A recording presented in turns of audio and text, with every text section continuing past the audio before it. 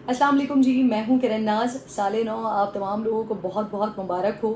گو کہ پاکستان کے لیے، پاکستانیوں کے لیے کچھ بھی نیا تو نہیں ہونے جا رہا، لیکن اس کے باوجود بھی ہم تمام لوگ، ہم وہ قوم ہیں کہ جو خوش ہو جاتے ہیں، نیا سال آتا ہے تو خوش ہو جاتے ہیں، اور اس امید کے ساتھ، اس دعا کے ساتھ، اس ہوپ کے ساتھ کہ شاید جو پچھلے سال ہم نے مشکلات اور مصیبتیں برداشت کی ہیں، اس مشکل اور مصیبت سے ہم نکل جائیں گے۔ اگلا سال ہمارے لیے بڑا بہترین ثابت ہوگا۔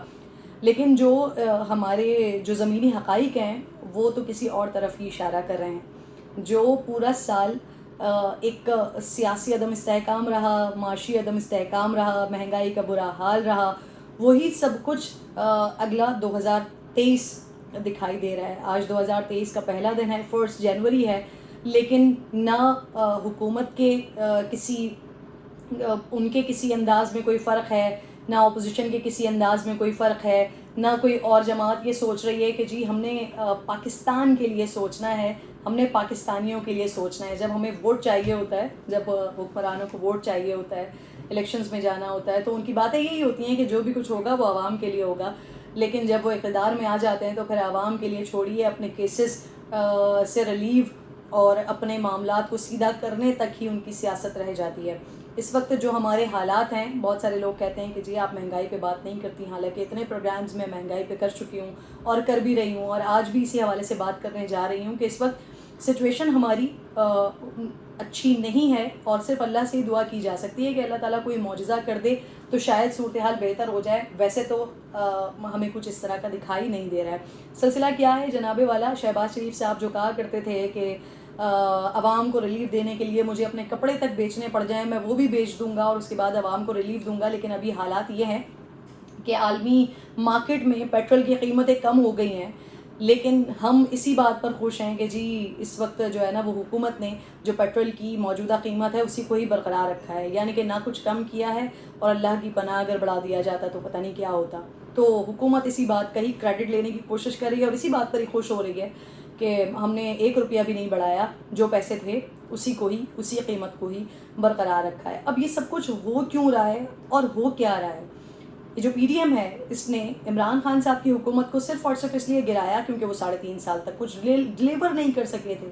عوام کو انہوں نے ناکو چنے چبوا دیے تھے، عوام بڑی پریشان تھی، عوام بڑی بے حال تھی، ان کو سمجھ نہیں آ رہا تھا کہ کیا کریں۔ لوگ ہاتھ اٹھا اٹھا کر اور جولیاں اٹھا اٹھا کر عمران خان صاحب کو بددعائیں دے رہے تھے۔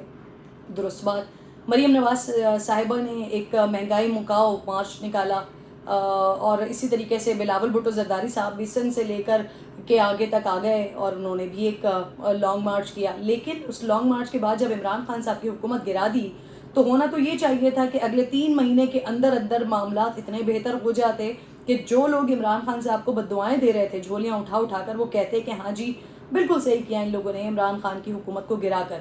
لیکن ابھی جو زمینی حقائق ہیں اس میں سلسلہ یہ کہ ہمارے ریزلٹس جو ہیں وہ تاریخ کی بدترین سطح پر آ گئے ہیں۔ ہم مہنگائی میں تاریخ کی بدترین سطح پر ہیں۔ ہم نے روٹی کی قیمت کو بڑھا دیا ہے۔ ہم پیٹرول کی قیمت جو ہے وہ اس بات پر خوش ہو رہے ہیں کہ ہم نے جو بڑھائی ہوئی تھی اسی کو ہی ابھی برقرار رکھا ہے، عوام کو کوئی ریلیف نہیں دے سکتے۔ ڈالر کہاں سے کہاں پہنچ گیا، 2022 میں صورتحال کیا تھی اور آج 2023 میں جنوری میں ہم پیٹرول، ڈالر، سونا، مہنگائی اور ہمارے معاشی حالات، ان سب کا اگر ہم موازنہ کریں تو 2022 کا جنوری قدرے بہتر تھا آج کے جنوری سے۔ آج کا جنوری کا پہلا دن ہے لیکن اس کے باوجود بھی صورتحال آگے کوئی بہتر بنتی ہوئی دکھائی نہیں دے رہی۔ اچھا ہوا کیا سلسلہ؟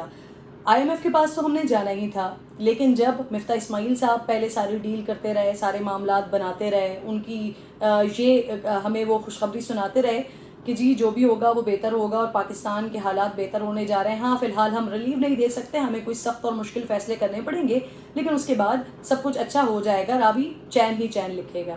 پھر اس کے بعد کیا ہوا کہ جی مفتاح اسماعیل صاحب کو سائڈ لائن کیا گیا، اسحاق ڈار صاحب کو لے کر آیا، اور اسحاق ڈار صاحب نے آ کر کیا کیا، انہوں نے آئی ایم ایف کو آنکھیں دکھانا شروع کر دی۔ شاہ سیب خان زادہ کے پروگرام میں بیٹھ کر مفتاح اسماعیل صاحب کہتے ہیں اگر آئی ایم ایف نہیں آتا تو آئی ڈونٹ کیئر، اور آئی ڈونٹ کیئر کا خمیازہ ہم نے ابھی پچھلے مہینے بھگتا اور آگے بھی ہمیں یہ خمیازہ بھگتنا پڑے گا، کیونکہ آئی ایم ایف اپنے قسط نہیں دے رہا، اس کو خوش کرنے کے لیے اوبویسلی ہمیں ٹیکس بڑھانے پڑیں گے، بجلی کی قیمتوں میں اضافہ کرنا پڑے گا، مہنگائی میں مزید اضافہ ہوگا، معاشی صورتحال اور ابتر ہو جائے گی۔ اس کے علاوہ جو دوست ممالک ہیں وہ ہماری ہیلپ نہیں کر رہے ہیں، وہ ہماری مدد نہیں کر رہے ہیں، کیونکہ کوئی بھی ٹرسٹ کرنے کو اس وقت پاکستان کی گورنمنٹ پر تیار نہیں ہے. ایک طرف پاکستان کی گورنمنٹ پر ٹرسٹ کرنے کو تیار نہیں ہے، دوسری طرف وہ یہ دیکھ رہے ہیں کہ جب IMF اپنی قسط ریلیز کرتی ہے پاکستان کے لیے، اس کے بعد جو دوست ممالک ہیں وہ ہماری شاید کچھ مدد کریں گے، تو پھر شاید صورتحال بہتر ہو سکتی ہے. تو اس وقت جو سارا سلسلہ چل رہا ہے نا، اس میں اللہ رب ذوالجلال سے دعا کی جا سکتی ہے کہ اللہ تعالیٰ کوئی معجزہ کر دے پاکستان میں، کہ ہمارے جو سیاسی حالات ہیں اور جو ہمارے معاشی حالات ہیں وہ بہتر ہو سکے. اور نئے سال میں ہم دعا یہی کر رہے ہیں، لیکن حالات ایسے بنتے ہوئے دکھائی نہیں دے رہے ہیں. اچھا، اب ایک پرسیپشن ہے، ایک آئیڈیا سننے میں آ رہا ہے کہ شاید یہ انٹرم سیٹ اپ کی طرف، عبوری حکومت کی طرف، یا پھر ٹیکنوکریٹ گورنمنٹ کی طرف گورنمنٹ چلی جائے، یا پھر پارلیمنٹ کو کچھ مہینوں کے لیے ایکسٹینڈ کیا جائے، جس کی قانون میں شاید پروویژن وغیرہ بھی موجود ہے. تو اگر اس طرف بھی جاتے ہیں تب بھی عمران خان صاحب تو سکون سے نہیں بیٹھنے والے. پھر یہ 2023 جو ہے یہ 2022 سے بھی زیادہ ہیپننگ والا سال ہوگا، اور اگر ہم الیکشنز کی طرف کسی طریقے سے چلے جاتے ہیں تب بھی یہ ہیپننگ والا سال ہوگا. تو سیاسی استحکام تو اس سال میں ہوتا ہوا دکھائی نہیں دے رہا ہے، لیکن معاشی استحکام کے لیے آپ بھی دعا کریں، میں بھی دعا کروں، کیونکہ اس وقت صورتحال یہ ہے کہ جو غریب ہے وہ تو بیچارہ بدترین ہو چکا ہے. جو مڈل کلاس تھا، جو کسی طریقے سے اپنے حالات کو کمپرومائز کر کے، اپنی سچویشن کو کمپرومائز کر کے اپنے حالات، اپنی زندگی کو بہتر گزار لیتا تھا، وہ بھی اس وقت بدترین حالات میں ہے. جو ایلیٹ کلاس ہوا کرتی تھی وہ بھی اس وقت دیکھ رہی ہے چیزوں کو کہ جی اگر کوئی اپنا 50,000 روپے کا بل بھرا کرتا تھا تو آج وہ 50,000 روپے سے ڈبل پہ آ گیا ہے. اگر جو اپنی گاڑی میں فیول ٹینک جو فل کروایا کرتا تھا، اگر پہلے 5-8 ہزار روپے میں فل ہو جایا کرتا تھا، تو آج 12 سے 15 ہزار روپے بھی فیول ٹینک میں چلے جاتے ہیں اگر آپ ایک دفعہ ریفیولنگ کرواتے ہیں. حالات بہت زیادہ ابتر ہیں. سال کے آغاز میں ہمیں ہوپس رکھنی چاہیے، ہمیں اچھی چیزیں سوچنی چاہیے، ہمیں دعا کرنی چاہیے کہ کچھ بہتری ہو جائے، لیکن بہتر معاملات ہوتے ہوئے دکھائی نہیں دے رہے ہیں. ایک اور بڑی امپورٹنٹ چیز جس پر میں بات کرنا چاہ رہی تھی وہ یہ کہ جب بھی نیا سال آتا ہے ہر سال بار بار یہ ریکویسٹ کی جاتی ہے کہ ٹھیک ہے خوشی ضرور منائی جائے، لیکن یہ جو ہم ہوائی فائرنگ کرتے ہیں، آتش بازیاں کرتے ہیں، اس سے کتنے لوگوں کی زندگیاں چلی جاتی ہیں، کتنے لوگ اس سے متاثر ہوتے ہیں، لیکن ہم اتنی موٹی عقل والے لوگ ہیں کہ ہمیں یہ بات سمجھ نہیں آتی. معاف کیجیے گا اگر کسی کو برا لگے، لیکن واقعتاً ہم ایک جاہل قوم ہے. اتنی جاہل قوم ہے کہ ہر سال کسی کا پیارا، کسی کا بچہ، کسی کی بیٹی، کسی کا بیٹا اس دنیا سے چلے جاتے ہیں، یہ ہوائی فائرنگ، اندھی گولیوں کا نشانہ بن کر، اس کا شکار ہو کر، لیکن اس کے باوجود بھی اگلے سال پھر ہم اسی طرح کی بیہودہ خوشی منانے کی کوشش کرتے ہیں. کل پھر ایک چھوٹا سا، اگر آپ لوگوں نے سوشل میڈیا پر تصویر دیکھی ہو، ایک چھوٹا سا معصوم سا کراچی کا بچہ ہے جو زخمی ہوا ہے، جس کو گولی لگی ہے. ڈیزرو تو کوئی بھی نہیں کرتا، کسی عمر میں بھی نہیں کرتا کہ اس کو گولی ماری جائے، لیکن کیا اتنا چھوٹا سا بچہ یہ ڈیزرو کرتا ہے کہ وہ آپ کی خوشی کے چکر میں اتنی تکلیف برداشت کرے، گولیاں برداشت کرے، اپنے ننھے سے معصوم سے جسم پر گولیاں برداشت کریں؟ تو ہم واقعتاً ان معاملات میں ایک جاہل قوم ہے کہ ہم صرف اپنی خوشی اور اپنے مزے کا سوچتے ہیں. ہم عوام کا نہیں سوچتے، ہم لوگوں کا نہیں سوچتے، ہم لوگوں کے سکون کا نہیں سوچتے. کب ہم بڑے ہوں گے، کب ہمارے ملک میں کوئی نیو ایئر ایسا آئے گا کہ جب ہوائی فائرنگ سے کوئی زخمی نہیں ہوا ہوگا، ہوائی فائرنگ کی وجہ سے کسی کی جان نہیں گئی ہوگی، آتش بازی کی وجہ سے کسی کو نقصان نہیں پہنچا ہوگا. کب ایسا دن آئے گا؟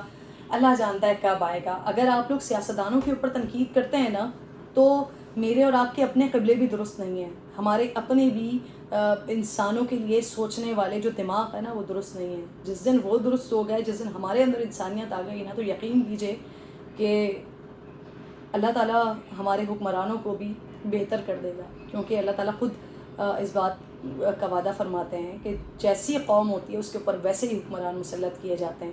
تو ذرا سوچنے کی کوشش کیجئے کہ ہمارے اوپر اگر ایسے حکمران ہیں جو صرف اپنی اناؤں کے بارے میں سوچتے ہیں، جو صرف اپنے کیسز سے خود کو بچانے کے لیے سوچتے ہیں، جو صرف اقتدار حاصل کرنے کے لیے سوچتے ہیں، تو وہ کیوں سوچتے ہیں؟ ہم بھی تو ایسے ہی ہیں، ہم بھی تو صرف اپنے مزے سوچتے ہیں. اگر ہم دوسرے کا سوچنا شروع کر دیں گے تو یہ معاملات بہت بہتر ہو جائیں گے. مقصد میرا یہ نہیں تھا بالکل بھی کہ آج نیو ایئر کی پہلی ویڈیو پر ہی آپ لوگوں کو مایوس کر دیا جائے، لیکن حالات کچھ ایسے ہی ہیں. امید کہیں نظر نہیں آ رہی ہے، صرف اللہ سے ہی امید لگائی جا سکتی ہے، کیونکہ مالک کے لیے تو کچھ بھی ناممکن نہیں ہے. اپنا بہت خیال رکھیے گا. Happy new year.